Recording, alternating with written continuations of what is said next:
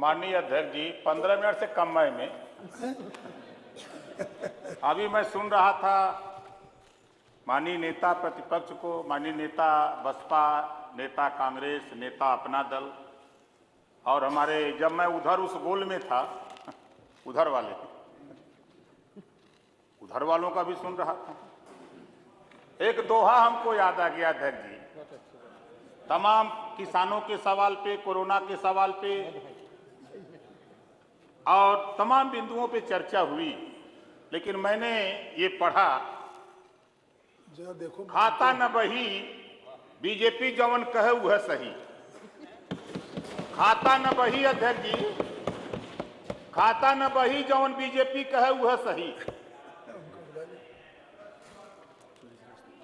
1 से लेके 8 तक महामहिम राज्यपाल महोदया के अभिभाषण में 1 से लेके 8 तक निःशुल्क शिक्षा की बात आई।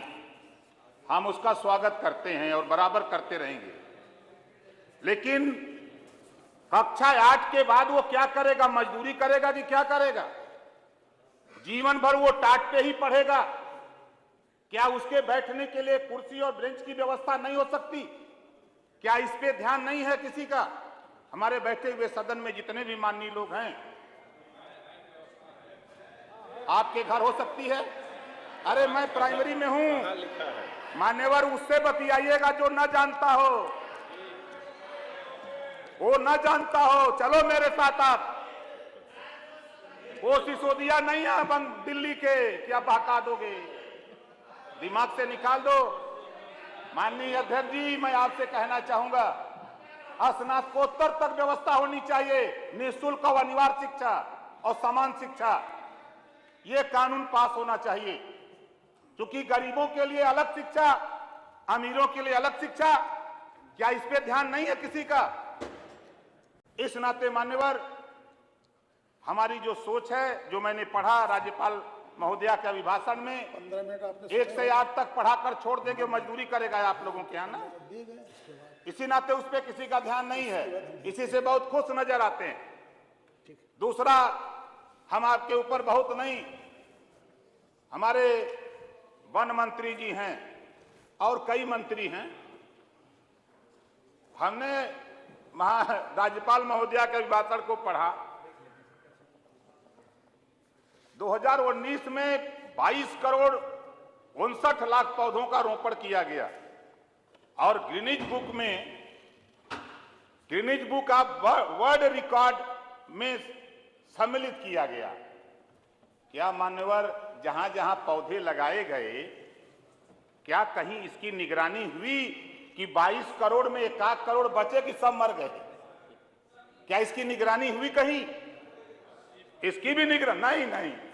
हम भी सड़क पे चलते हैं, गांव में रहते हैं, हम भी सड़क पे चलते हैं। कोई कमेटी बनी इसकी निगरानी के लिए?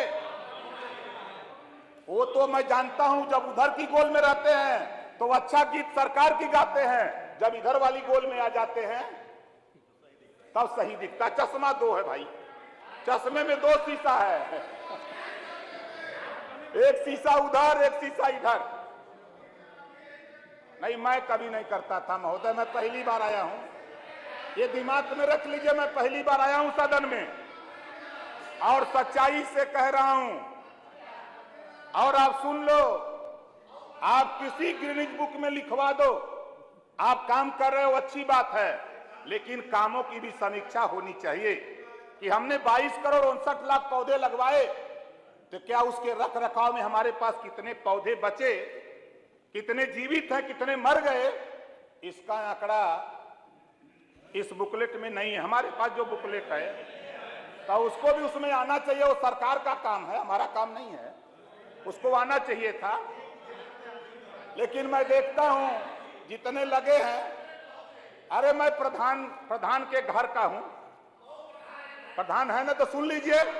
प्रधान की हालत यह है कि वन विभाग पेड़ दे देता है, फ्री में लोग ले जा करके झुरवा देते हैं या खुरपी से खन के गाड़ देते हैं, उसके बाद वो सूख जाता है। यही इतिहास है, पढ़ लीजिएगा, पढ़ लीजिएगा इतिहास। अगर प्रधान है तब, मैं भी उन्हीं के घर का हूं, इस नाते कह रहा हूं। अब आगे चलिए, वो छोड़ दीजिए, अब आगे आइए। जब मैं उधर की गोल में था, उसके पहले इधर की सरकार थी, मतलब समाजवादी पार्टी की सरकार थी भाई। उस समय पिछड़ों के छात्रवृत्ति का बजट 1068 करोड़ था, इधर की सरकार जब थी। अब उसके बाद जब हम उधर की गोल में थे, 19-20 तक 1610 करोड़ रुपया ले गए। सदन के सहयोग से सब लोगों ने मिलकर के 1610 करोड़ ले गए। जब उधर की गोल से हम इधर आ गए, यहां बैठ गए, तो ये 1200 करोड़ हो गया। ये 1200 करोड़ हो गया, 410 करोड़ कम हो गया। बच्चे बढ़ रहे हैं, आबादी बढ़ रही है, छात्र बढ़ रहे हैं, महंगाई बढ़ रही है। हो क्या रहा है? आगे आ रहा है बजट, वो आप देखिएगा आगे आ रहा है। आखिर में क्या वजह? उस समय कोरोना नहीं था मान्यवर।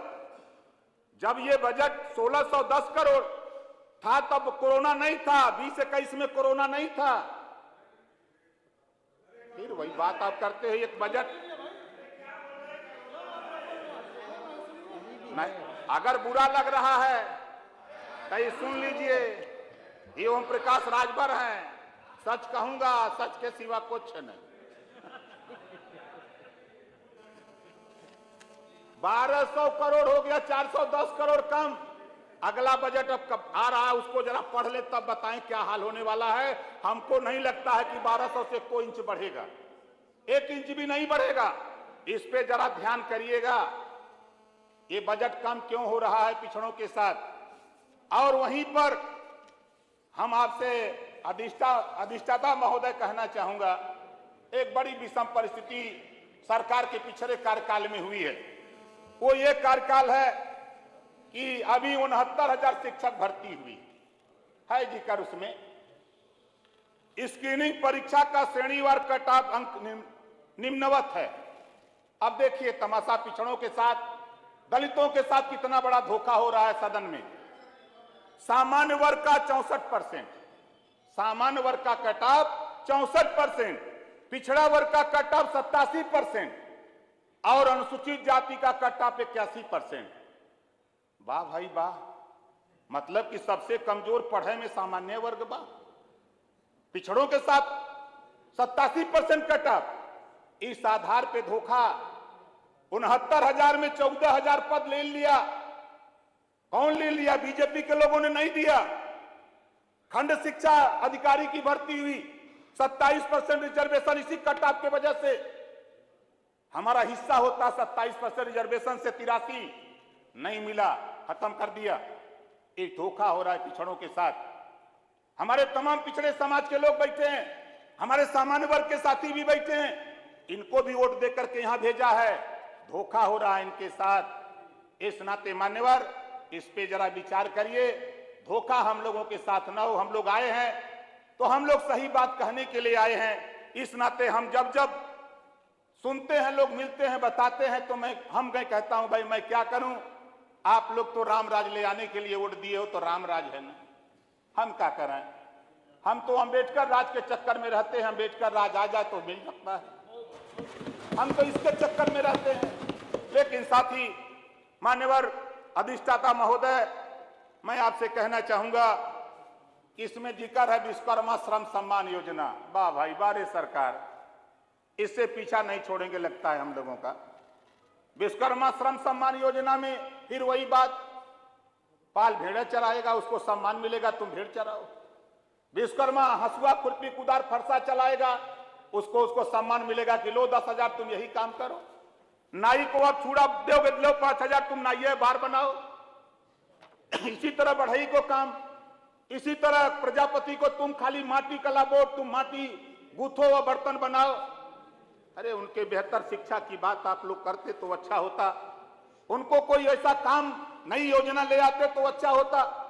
लेकिन मान्यवर, विश्वकर्मा श्रम योजना के नाम पर पिछड़ों दलितों के साथ धोखा हो रहा है। इससे निजात कैसे मिले, हम आपसे उम्मीद करेंगे कि इस पे माननीय नेता सदन से भी इस पे कुछ हम लोगों को ऐसी व्यवस्था दे। इस पुराने काम से जो हमारा बाप मजदूरी किया, हम भी मजदूरियां करेंगे, हम अगर रुखान वसूला चलाए तो हम रुखाना वसूला चलाते रहेंगे। मैं तो अभी गया था अधिष्ठाता महोदय इटावा, और वहां जाके देखा इटावा में मैं 4 गांव में गया था। एक गांव है, ग्राम पंचायत है कृपालपुर, विकासखंड बसरेहर, जनपद इटावा, आबादी है 7,000, वोटर हैं 4,000, जाति है बंजारा, राजस्व गांव नहीं है। गांव है आपका ग्राम पंचायत सिथरा, विकासखंड मनासा, जनपद कानपुर देहात, 4,000 आबादी, 2,500 वोटर, राजस्व गांव नहीं। ग्राम पंचायत रजपुरा, ब्लॉक जैथरा, जनपद एटा, आबादी 2,500, राजस्व गांव नहीं। और ये बंजारा गांव में जाने के बाद मुझे लगा कि जो सरकार का विकास का ढिढोरा पीटा जा रहा है। मैं जो 7,000 आबादी वाला कृपालपुर गांव बंजारा का है, मैं वहां गया, सरकार ने शौचालय बनवाया है, और शौचालय में मान्यवर 95% शौचालय बेकार है। लूट लिया लोगों ने पैसा, बनवाने वाले लोगों ने लूट लिया। पहली सरकार मैंने देखा अपने जीवन में, तमाम सरकारें आई दिल्ली से लेकर के लखनऊ तक, पहली सरकार है। गांव में लोग मरते हैं, श्मशान घाट जाते हैं, लेकिन ये पहली सरकार है कि जहां श्मशान से लाश गांव में गई है। ये पहली सरकार है मान्यवर, पहली सरकार है। बड़ा ढिढोरा पीटते हैं। मैंने पहले ही लाइन में कहा कि खाता न बही जौन बीजेपी कहे वह सही। मान्यवर, मेरी उम्र भी धीरे धीरे 50 साल हो गई। मैंने अभी कभी गांव से लाश ले गया हूं श्मशान घाट पे, और श्मशान घाट से लाश नहीं ले आया हूं। ये भ्रष्टाचार जो आपका नारा था, ना भ्रष्टाचार ना गुंडा राज, उसका एक मिसाल है आपके सामने। आप चले जाओ, पता कर लीजिएगा। अगर गलत कहता हूं तो सदन से इस्तीफा देके चला जाऊंगा। वैसा नहीं बोलता हूं, सदन से इस्तीफा देके चला जाऊंगा यार। ये ओम प्रकाश राजभर है। इस नाते दर्द है मुझे, इस नाते कह रहा हूं। 50 साल तो है, खाली सर्टिफिकेट बता दें, नहीं सर्टिफिकेट चेक करेंगे। ये भार का बेटा है, भार का सुहेल देव जी का वंशज है। अभी आ रहा हूं, आप घबराओ नहीं, आप घबराओ नहीं। अरे भैया, हम बियाह शादी करबे न करब, झूठा परेशान है। उम्र लेके क्या करोगे भैया आप? हम 50 साल हो गए हैं भैया। नहीं, अब कहवा रहे हो तब कह रहे हैं, हम थोड़ा कह रहे हैं। नहीं, आप देखो मान्यवर, मैं इधर आना चाहता हूं। अभी एक महामहिम राज्यपाल महोदय का अभिभाषण में एक चर्चा आई, महाराजा सुहेल देव। चर्चा आई कि देश के प्रधानमंत्री माननीय नरेंद्र मोदी जी ने महाराजा सुहेल देव जी की 40 फुट मूर्ति लगाने की घोषणा किया। हम उसका स्वागत करते हैं, स्वागत करता हूं। इस नाते कि मैं सदन के माध्यम से बताना चाहता हूं, 22/12/2017 को मैंने चिट्ठी लिखा था माननीय मुख्यमंत्री को, चिट्ठी लिखा था माननीय देश के प्रधानमंत्री को, गृह मंत्री को, रक्षा मंत्री को भी चिट्ठी लिखा, और उस चिट्ठी के माध्यम से 125 करोड़ रुपए का बजट अलॉट हुआ 2017 में। चिट्ठी मेरे पास है, और इस बजट 17 में अलॉट होता है, उसको इसी तरह पेंडिंग में रख दिया जाता है, क्योंकि उस गोल से मैं इस गोल में आ गया। अब उसके बाद महाराजा सुहेल देव की मूर्ति लगाने की घोषणा होती है, लेकिन जब गुजरात में सरदार वल्लभ भाई की मूर्ति लगती है तो लिखा जाता सरदार वल्लभ भाई पटेल। जब पृथ्वीराज की मूर्ति लगती है तो पृथ्वीराज चौहान। मुगल सराय स्टेशन का नाम बदला जाता है, तब लिखा जाता है पंडित दीनदयाल के नाम के आगे लिखा जाएगा पंडित दीनदयाल उपाध्याय।